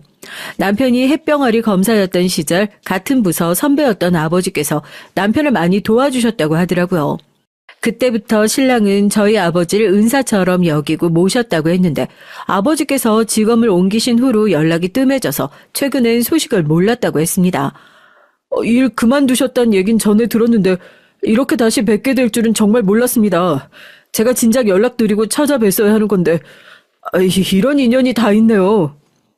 어렸을 적부터 제겐 그렇게 무뚝뚝하고 남이나 다름없을 정도로 냉정하셨던 분이 일터에선 신임받는 선배였다니 기분이 좀 이상하긴 했어요. 신랑 말고도 같은 부서에 소속되어 있던 검사들이 전부 아버지를 존경하고 잘 따랐다고 하더라고요. 세상 좁다더니 참 이런 인연이 다 있구나 싶었습니다. 걱정했던 것이 무색하게도 자리는 즐거웠고 큰 문제 없이 좋은 분위기 속에서 잘 마무리가 됐죠. 신랑은 본인이 초보 검사였던 시절 아버지께 정말 도움을 많이 받았었다며 다시 생각해도 어떻게 이런 인연이 있을 수 있는지 신기했어요. 그렇게 저희 아버지 쪽은 잘 해결됐고 남은 건 신랑의 어머니였습니다. 앞서 말씀드렸듯 신랑 어머니께선 신랑에게 좀 유난이신 분이셨어요. 신랑은 괜찮을 거라 말했지만 사실 전 조금 걸리는 부분이 있었거든요. 신랑과 한창 결혼 얘기가 오가기 시작했을 무렵부터 전 스토킹 비슷한 걸 당하고 있었어요. 첫 시작은 유치원으로 걸려오는 전화였습니다. 웬 여자가 절 찾는 전화가 왔다기에 부름을 받고 전화를 받아보면 수화기 너머에선 아무 대답이 없었죠. 그런 일이 몇 번 반복되자 원장 선생님께서 누군진 모르겠지만 한 번만 더 이런 식으로 장난 전화를 하면 경찰에 신고하겠다고 말씀하셨고 그 이후로는 연락이 오지 않았습니다. 깨름직했던 건 전화를 걸어온 여자가 정확히 제 이름을 말하며 절 찾았다는 사실이었어요. 그날 이후로 유치원에서 절 찾는 전화는 오지 않았지만 더욱 소름 돋는 일이 일어났습니다. 제 개인 SNS에 올린 게시물에 익명으로 댓글이 달리기 시작했어요. 내용은 주로 제가 외모가 딱 봐도 싸 보이네, 성형했네, 남자 꼬시고 다니겠네 등등 입에 담기도 민망할 정도의 음담패설들과 욕설이었고 보이는 족족 삭제하긴 했지만 끝이 없었습니다. 특히 예비신랑과 함께 찍어 올린 사진엔 남자가 너무 아깝네, 헤어져라 등등 저희 둘 사이를 저주하며 신랑을 칭찬하는 내용의 댓글이 길게 달렸고 그때부터 뭔가 이상하다는 생각이 들었어요. 게다가 그 사람은 제게 개인 메시지로 제 집 주소 등과 인적사항 등을 보내면서 당장 그 남자와 헤어지지 않으면 가만두지 않겠다느니 죽여버리겠다느니 도를 넘은 협박을 보내왔고 그 메시지를 보고 너무 겁이 났던 전 모든 사실을 신랑에게 털어놨죠. 솔직히 말해서 그전까진 혹시 절 괴롭히는 사람이 신랑의 어머니가 아닌가 하는 생각을 했었어요. 아무리 생각해도 저와 신랑 사이를 갈라놓으려고 할 만한 사람, 게다가 제 신상 정보를 그렇게 잘 알고 있을 만한 사람은 시어머니뿐이라는 생각이 들었거든요. 그렇지만 설마 아닌 신랑 어머니께서 제게 죽여버리겠다느니 하는 도를 넘은 협박을 해오실 것 같진 않았어요. 얘기를 모두 전해들은 신랑은 몹시 놀라더니 집히는 곳이 있다고 말했습니다. 아마 내 전 애인일 거야. 그 여자 정신적으로 좀 아픈 사람이었거든. 한동안 잠잠하길래 괜찮아졌다고 생각했는데. 알고 보니 신랑에겐 절 만나기 전에 잠깐 사귀었던 전 애인이 있었는데 그 여자가 정신병을 앓고 있는 사람이었다고 했어요. 신랑 어머니 지인 소개로 만난 사이였는데 처음엔 번듯한 집안에 멀쩡한 지갑을 가진 데다가 생긴 것도 예쁘장해서 별 문제 없이 잘 만났다고 하더라고요. 그런데 시간이 지날수록 신랑에게 과하게 집착하기 시작하더니 완전 의부증처럼 변했다고 했어요. 신랑이 어딜 가든지 일거수일투족을 그 여자에게 보고해야 하고 일하는 중에도 10분 내로 연락에 답장하지 않으면 부재중 전화를 100통씩 해놓고 공격적인 일이라도 다른 여자와 대화를 나누는 모습을 보면 그 여잔 누구냐, 바람난 거 아니냐, 미친 사람처럼 캐묻고 따지고 들고 게다가 신랑은 검사라는 직업 특성상 연락 텀이 일정치 못하고 조사를 하다 보면 신분을 속이고 사람을 만나야 할 일도 생기는데 그 여잔 그런 것들을 전혀 이해해주지 못했다고 하더라고요. 견디다 못한 신랑이 계속 이런 식으로 굴면 더 이상 만남을 지속하기가 힘들다. 아무리 서로 호감을 가지고 만나는 사이라도 적당한 선이라는 게 있다.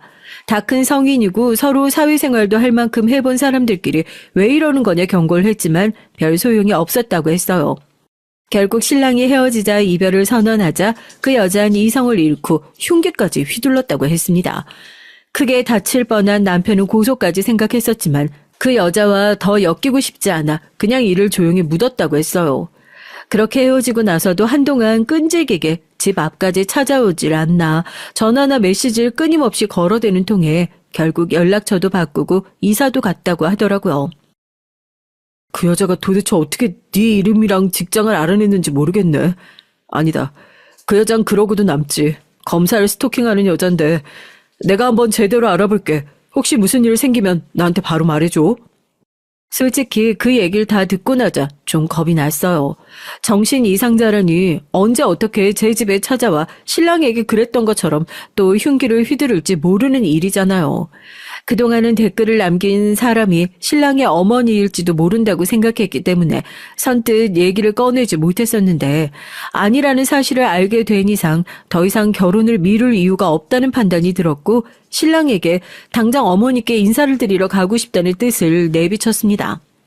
제 집 주소를 다 알고 있는 여자에게 살해 협박까지 받은 마당에 아무렇지 않게 평소처럼 지내기도 어려웠고요.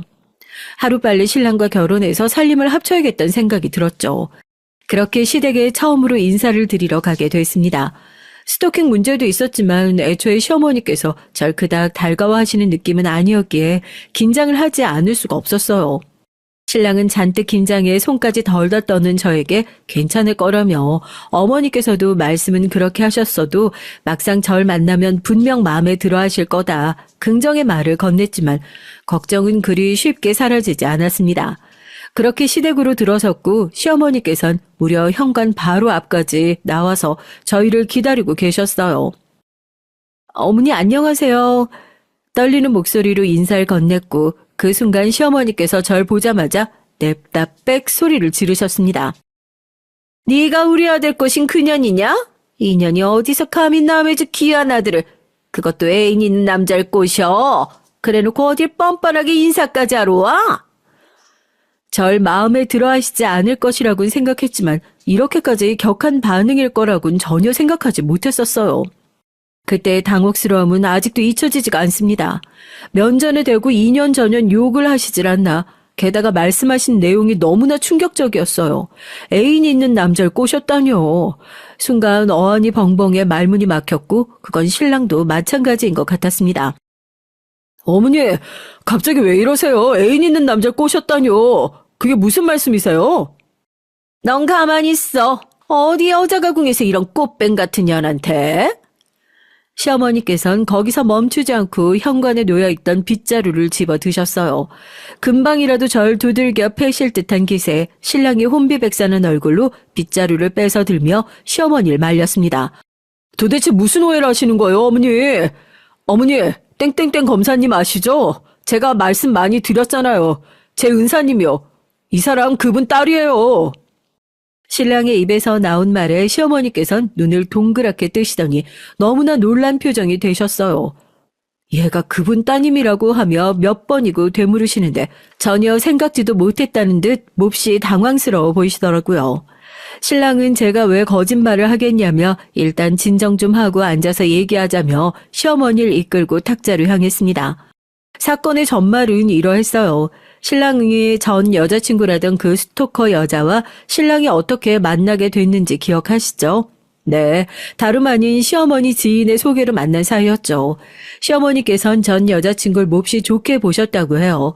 조건만 따지자면 여러모로 부족할 것 없는 사람이었고 지인의 소개로 만난 데다가 시어머니께 싹싹하게 굴고 부침성도 좋아 시어머니께선 그 여자와 가까이 지내셨다고 해요. 신랑 없이 둘이서 식사를 하기도 하고 며느리와 시어머니처럼 쇼핑을 다니기도 하고요. 시어머니께선 당연히 신랑이 그 여자와 결혼할 것이라고 생각하셨다고 합니다. 신랑 또한 시어머니께서 그 여자를 예뻐하셨고 사이가 꽤나 가까웠던 걸 알고 있었던 데다 무엇보다 시어머니 지인의 소개로 만난 사이였기에 그 여자가 신랑에게 집착했던 사실이나 정신 이상자처럼 굴었던 사실을 굳이 얘기해서 좋을 것이 없다고 생각했어요. 시어머니께선 그저 성격 차이 같은 흔한 이유로 헤어졌다고 간단하게 말씀드렸고 시어머니께선 그 여자의 스토킹 행각이나 정체에 대해서 전혀 모르는 상태셨다고 합니다. 그렇게 얼마 후 신랑은 저와 연애를 하기 시작했고 신랑의 SNS를 통해 저의 존재를 알게 된 그 여잔 뻔뻔하게도 시어머니께 연락을 했던 거예요. 실은 본인과 신랑이 헤어진 이유는 제가 신랑을 꼬여냈기 때문이고 신랑을 진심으로 사랑하지도 않으면서 팔자 고쳐보려고 검사를 꼬신 별 볼 일 없는 여자라고 살살 거짓말을 하면서요. 평소 그 여자를 좋게 생각하고 계셨고 둘이 헤어진 걸 내심 아쉬워하셨던 시어머니께선 그 여자의 말을 철석같이 믿고 저와의 결혼을 반대하셨던 거예요. 시어머니 생각에 전 뻔뻔하게도 애인 있는 남자를 팔자 한번 고쳐보려고 꼬리쳐서 뺏은 천하의 못된 년이었으니 반응이 좋게 나올 리가 만무했던 겁니다. 모든 사실을 알게 된 신랑은 기겁하며 사실 그 여자와의 사이에서 이런 일이 있었다. 갈수록 집착이 너무 심해져서 더 이상 견디지 못해 헤어졌던 것이다. 완전히 정신병자가 따로 없었다. 어떻게 그런 식으로 헤어져 놓고 어머니한테까지 연락을 할 수 있는지 상식선에서 이해가 가지 않는다며 그동안의 일들을 모두 설명해 줬습니다.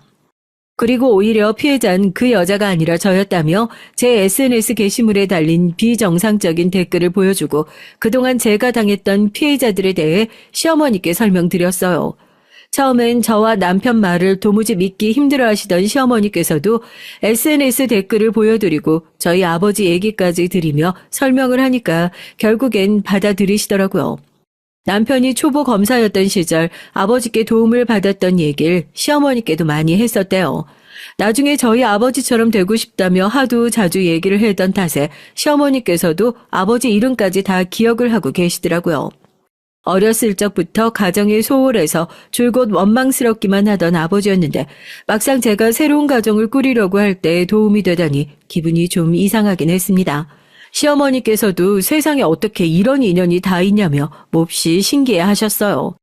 그렇게 시어머니와 전 서로 가지고 있던 오해 아닌 오해를 무사히 풀게 됐고, 시어머니께선 본인이 잘 알지도 못하면서 너무 함부로 사람을 판단했던 것 같다며 미안하다 제게 먼저 사과를 해오셨어요.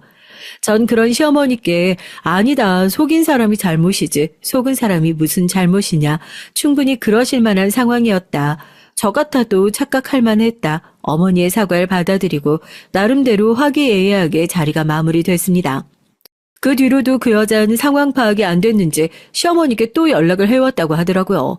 때마침 옆에 있던 신랑이 그 전화를 받곤 한 번만 더 이런 식으로 말도 안 되는 소문 퍼뜨리고 연락하거나 귀찮게 굴면 정말 감방에 쳐넣겠다고 호통을 쳤다고 해요.